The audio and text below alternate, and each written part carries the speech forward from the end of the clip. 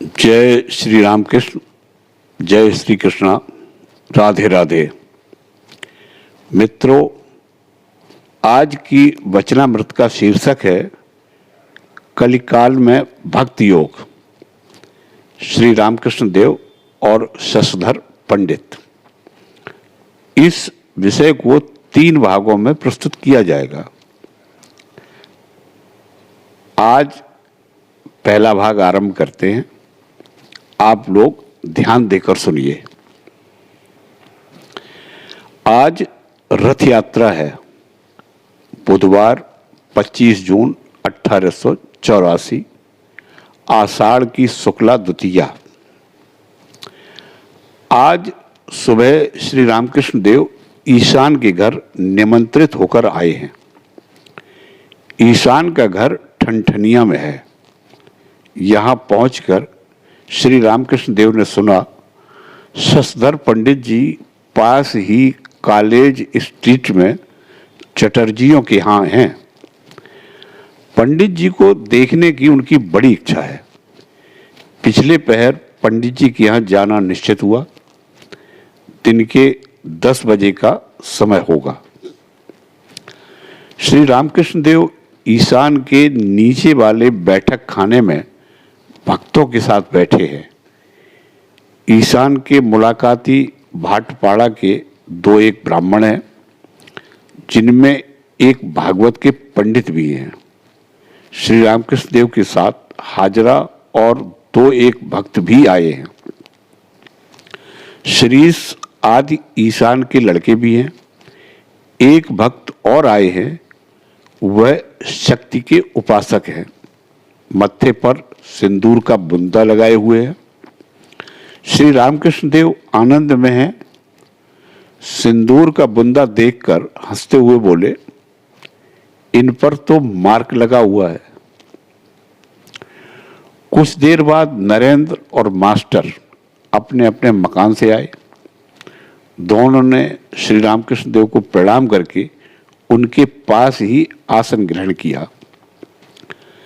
श्री रामकृष्ण देव ने मास्टर से कहा था, अमुक दिन मैं ईशान के घर जाऊंगा, तो वहीं नरेंद्र को साथ लेकर मिलना। श्री रामकृष्ण देव ने मास्टर से कहा, उस दिन मैं तुम्हारे यहाँ जा रहा था, तुम कहाँ रहते हो?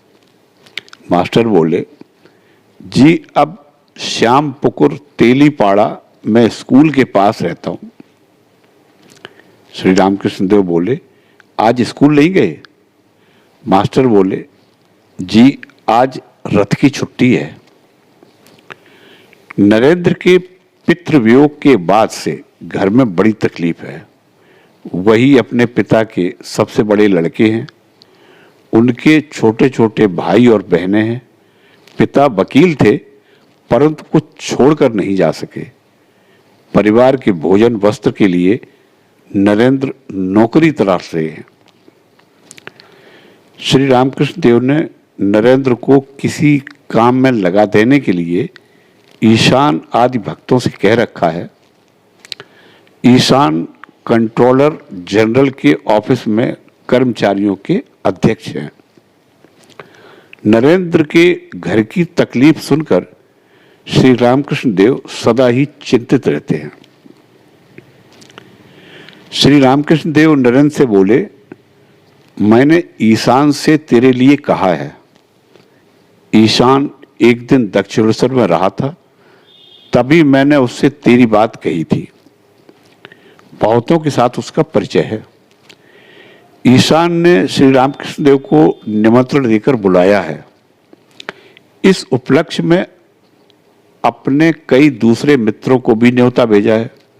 गाना होगा, पखावज, तबला और तानपूरे का इंतजाम किया जा रहा है।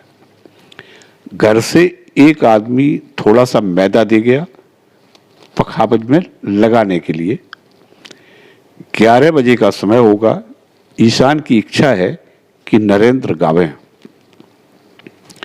श्री रामकृष्ण देव ईशान से बोले, इस समय मैदा तो अभी भोजन को बड़ी देर होगी। ईशान हंसते हुए बोले, जी नहीं, ऐसी कुछ देर नहीं, भक्तों में कोई कोई हंस रहे हैं। भागवत के पंडित भी हंसकर एक संस्कृत श्लोक कह रहे हैं।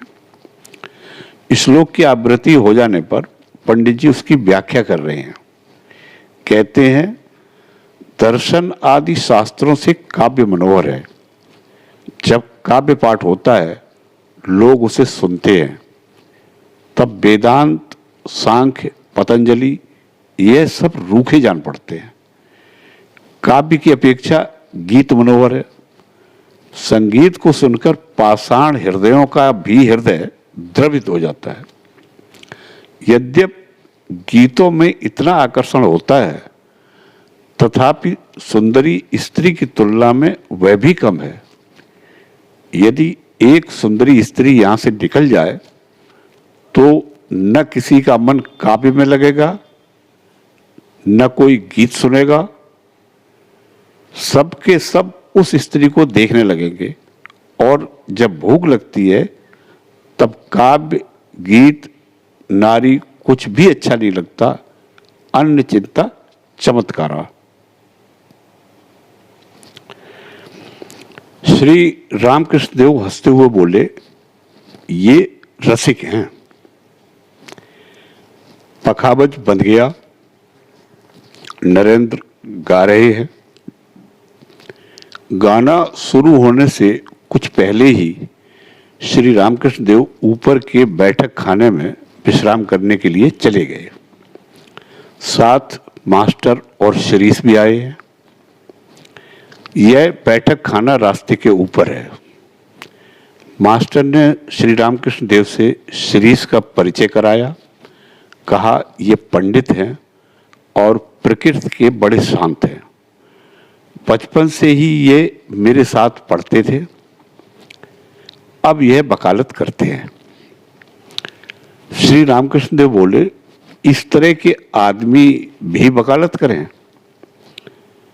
मास्टर बोले, भूलकर उस रास्ते पर चले गए हैं। श्री रामकृष्ण देव बोले, मैंने गणेश वकील को देखा है। वहां दक्षिणेश्वर में बाबुओं के साथ कभी कभी आता है। पन्ना वकील भी आता है। सुंदर तो नहीं पर गाता अच्छा है। मुझे मानता भी खूब है। बड़ा सरल है। श्रीष बोले, आपने किसे सारवस्तु सोचा है? श्रीष से बोले, ईश्वर हैं और वे ही सब कर रहे हैं, परंतु उनके गुणों के संबंध में हमारी जो धारणा है वह ठीक नहीं। आदमी उनके संबंध में क्या धारणा कर सकता है? अनंत खेल है उनके। श्री रामकृष्ण देव बोले, बगीचे में कितने पेड़ हैं, पेड़ों में कितनी डालियां हैं, इन सब का हिसाब लगाने से तुम्हारा क्या काम? तुम बगीचे में आम खाने के लिए आए हो, आम खाकर चले जाओ। उनमें भक्ति और प्रेम करने के लिए आदमी मनुष्य जन्म पाता है। तुम आम खाकर चले जाओ। तुम शराब पीने के लिए आए हो, तो शराब खाने की दुकान में कितने मन शराब है, इस सब का हिसाब करने से क्या प्रयोजन?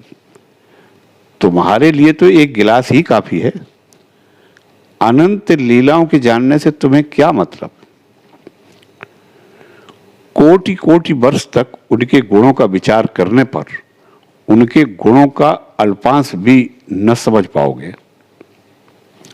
श्री रामकृष्ण देव कुछ देर चुप रहकर फिर बातचीत करने लगे। भाटपाड़ा के एक ब्राह्मण भी बैठे हैं। श्री रामकृष्ण देव मास्टर से बोले, संसार में कुछ नहीं, ईशान का संसार अच्छा है, यही खैर है। नहीं तो अगर लड़के वेश्यागामी, गंजेड़ी, शराबी और उद्दंड होते तो तकलीफ की हद हो जाती। सबका मन ईश्वर पर है, विद्या का संसार है। ऐसा अक्सर नहीं दिख पड़ता। ऐसे तो दो चार घर ही देखे हैं, नहीं तो बस झगड़ा, तू मैं, हिंसा और फिर रोग, शोक, दारिद्र्य। यही देखकर कहा था, मां इसी समय मोड़ घुमा दो। देखना नरेंद्र कैसी विपत्ति में पड़ गया। बाप मर गया, घर वाले खाने को नहीं पाते, नौकरी की इतनी चेष्टा हो रही है, फिर भी कोई प्रबंध नहीं होता। अब देखो क्या करें। मास्टर, तुम यहां इतना आते थे, अब उतना क्यों नहीं आते? जान पड़ता है बीवी से प्रेम इसमें बढ़ा हुआ है। अच्छा है, दोष क्या है? चारों ओर कामिनी कांचन है। इसीलिए कहता हूं मां, अगर कभी शरीर ग्रहण करना पड़े तो संसारी न बना देना। भाटपाड़ा के ब्राह्मण बोले, यह आपने कैसे कहा? गृहस्थ धर्म की तो बड़ी प्रशंसा है। श्री रामकृष्ण देव बोले, हां, परंतु बड़ा कठिन है। श्री रामकृष्ण देव दूसरी बात करने लगे। श्री रामकृष्ण देव मास्टर से बोले, हम लोगों ने कैसा अन्याय किया? वे लोग गा रहे हैं, नरेंद्र गा रहा है और हम लोग चले आए। दोपहर 4 बजे के करीब श्री रामकृष्ण देव गाड़ी पर चढ़े। बड़े ही कोमल अंग हैं, बड़ी सावधानी से देह की रक्षा होती है, इसीलिए रास्ता चलते तकलीफ होती है। गाड़ी न होने पर थोड़ी दूर भी चलते हैं तो बड़ा कष्ट होता है। गाड़ी पर चढ़कर भाव समाधि में मग्न हो गए। उस समय नन्ही नन्ही बूंदों की वर्षा हो रही है, आकाश में बादल छाए हैं, रास्ते में कीचड़ है। भक्तगण गाड़ी के पीछे पीछे पैदल चल रहे हैं। उन्होंने देखा रथ यात्रा का स्वागत करके के लिए लड़के ताड़ के पत्ते की बांसुरी बजा रहे हैं। गाड़ी मकान के सामने पहुंची। द्वार पर घर के मालिक और उनके आत्मियों ने आकर स्वागत किया। ऊपर जाने की सीढ़ी के बगल में बैठक खाना है। ऊपर पहुंचकर श्री रामकृष्ण देव ने देखा शशधर उनकी अभ्यर्थना के लिए आ रहे हैं। पंडित जी को देखकर मालूम हुआ कि वे प्रौढ़ावस्था प्राप्त कर चुके हैं। रंग साफ गोरा है, गले में रुद्राक्ष की माला पड़ी है। उन्होंने बड़े विनय भाव से श्री रामकृष्ण देव को प्रणाम किया, फिर साथ ही उन्हें घर ले आए। श्री रामकृष्ण देव के पास बैठे हुए लोग उनकी बातचीत सुनने के लिए बड़े उत्सुक हो रहे हैं। नरेंद्र, राखाल, राम, मास्टर और दूसरे भी बहुत से भक्त उपस्थित हैं। हाजरा भी श्री रामकृष्ण देव के साथ ही दक्षिणेश्वर काली मंदिर से आए हुए हैं। पंडित जी को देखते देखते श्री रामकृष्ण देव को भावावेश होने लगा। कुछ देर बाद उसी अवस्था में हंसते हुए पंडित जी की ओर देखकर कह रहे हैं, बहुत अच्छा, बहुत अच्छा। फिर उनसे कहा, तुम कैसे लेक्चर देते हो? शशधर बोले, महाराज, मैं शास्त्रों के उपदेश समझाने की चेष्टा करता हूं। श्री रामकृष्ण देव बोले, कलिकाल के लिए नारदीय भक्ति है। शास्त्रों में जिन सब कर्मों की बात है उनके साधन के लिए अब समय कहाँ है? आजकल के बुखार में दशमूल पाचन की व्यवस्था ठीक नहीं। दशमूल पाचन देने से इधर रोगी ऐंठ जाता है। आजकल बस फीवर मिक्सचर चाहिए। कर्म करने के लिए अगर कहते हो तो केवल सार की बात कह दिया करो। मैं आदमियों से कहता हूं, तुम्हें आपो धनान्या इतना यह सब न करना होगा। गायत्री के जप से ही तुम्हारी बन जाएगी। अगर कर्म की बात कहनी ही हो तो ईशान की तरह के 2-1 कर्मियों से कह सकते हो। लाख लेक्चर दो, परंतु विषयी मनुष्यों का कुछ न कर सकोगे। पत्थर की दीवार पर क्या कभी कीला गाड़ सकते हो? कीला खुद चाहे टूट जाए, मुड़ जाए, पर पत्थर का कुछ नहीं हो सकता। तलवार की चोट से घड़ियाल का क्या बिगड़ सकता है? साधु का कमंडल चारों धाम घूम आता है, पर ज्यों का त्यों कड़वा बना रहता है। तुम्हारे लेक्चर से विषयी आदमियों का विशेष कुछ होता नहीं। यह बात तुम खुद धीरे धीरे समझ जाओगे। बछड़ा एक साथ ही खड़ा नहीं हो जाता है, कभी कभी गिर जाता है और फिर उठने की कोशिश करता है, तब खड़ा होना और चलना भी सीखता है। कौन भक्त है और कौन विषयी, यह बात तुम समझते नहीं। यह तुम्हारा दोष भी नहीं। पहले जब आंधी आती है तब कोई नहीं पहचान पाता कि कौन आम है और कौन इमली है। ईश्वर लाभ जब तक नहीं होता है तब तक कोई कर्मों को बिल्कुल छोड़ नहीं सकता। संध्या वंदनादि कर्म कितने दिनों के लिए हैं?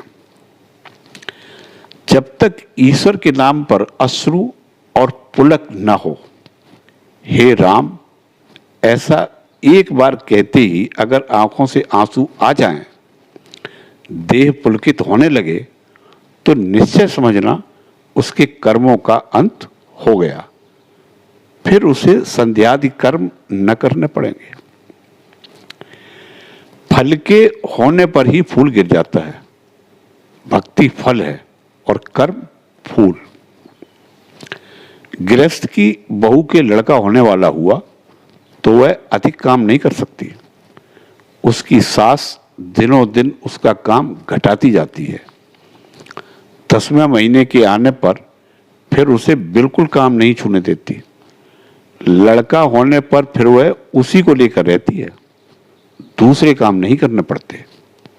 संध्या गायत्री में लीन हो जाती है, गायत्री प्रणव में, प्रणव समाधि में। जैसे घंटे का शब्द टन टन टन, योगी नाद भेद करके परब्रह्म में लीन होते हैं। समाधि में संध्यादि कर्मों का लय हो जाता है। इसी तरह ज्ञानियों के कर्म छूट जाते हैं। कलिकाल में भक्ति योग का पहला भाग यहीं समाप्त होता है। दूसरा भाग अगले वीडियो में। धर्म संबंधी नई नई जानकारी पाने के लिए अपने चैनल नई रोशनी से जुड़े रहें। आप सभी का कल्याण हो। जय श्री रामकृष्ण, जय श्री कृष्णा।